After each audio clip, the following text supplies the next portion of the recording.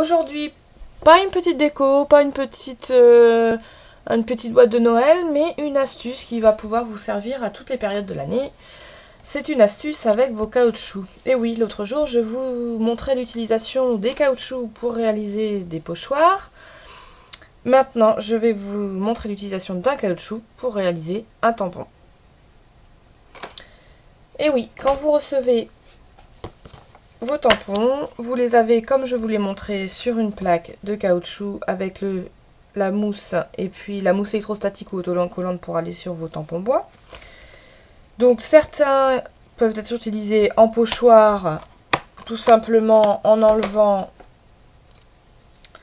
le caoutchouc de la mousse ici.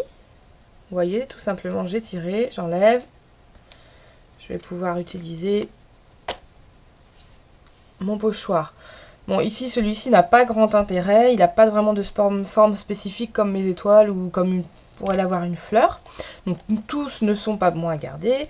Par contre, ce qui est sympa à garder, ce sont aussi certains sets de tampons qui ont des parties où il n'y a rien de découpé. Des parties plus ou moins grandes, comme vous voyez ici. Et c'est plutôt sympa parce que ce sont ces parties-là que nous allons utiliser. Donc ne décollez pas votre caoutchouc de la mousse. Coupez juste aux endroits qui peuvent être utilisés. Vous obtenez ainsi un morceau de caoutchouc lisse. Munissez-vous de votre Big Shot et d'une découpe Biggs. Ici, j'ai pris la découpe Soirée en fleurs qui est au catalogue. Donc, je ne sais pas si vous voyez très bien, ce sont des fleurs de différentes tailles. J'ai posé mon caoutchouc plein sur une de mes découpes. Donc ici, j'avais pris cette fleur ici. J'ai fait mon sandwich plexi en dessous, plexi au-dessus. Et j'ai passé dans ma Big Shot. J'ai obtenu ma découpe de fleurs. Voilà. Et en décollant mon caoutchouc de ma mousse, j'obtiendrai mon pochoir assorti. Pour l'utilisation, eh bien tout simplement, quand vous êtes sur une mousse autocollante, récupérez des petits sasseaux de bois ou trouvez-vous des petites plaques pour pouvoir les coller dessus. Sinon, électrostatiques, très bien, vous les utilisez avec vos blocs transparents. Une autre astuce, si ce sont, comme moi, ici, des plaques autocollantes que vous n'avez pas de tasseau, vous pouvez mettre la colle à deux usages. Vous savez, c'est une petite colle bleue que j'ai déjà utilisée à plusieurs reprises parce qu'en la séchant, elle devient transparente et elle devient repositionnable. Donc vous en mettez un petit peu sur votre tampon ou un petit peu sur votre plexi, vous nettoierez après. Et quand c'est bien transparent, vous pourrez revenir coller votre tampon sur votre bloc. Donc là, c'est pas trop sec, je ne sais pas si ça va bien tenir. Je vais faire quand même un essai. Je ne vous garantis pas le succès.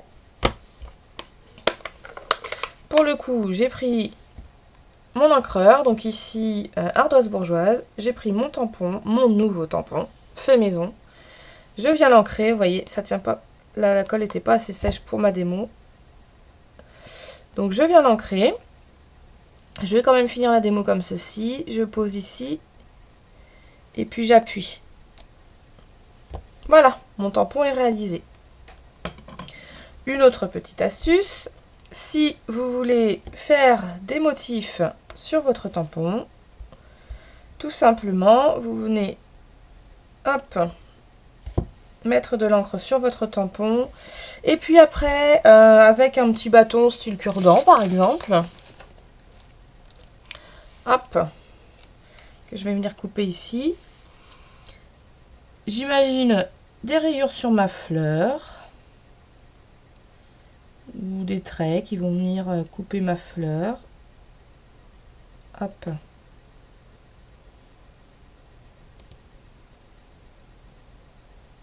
Bien évidemment, ça vous pouvez le faire sur tous les tampons pleins. Hein. Pas uniquement sur les tampons que vous venez de réaliser.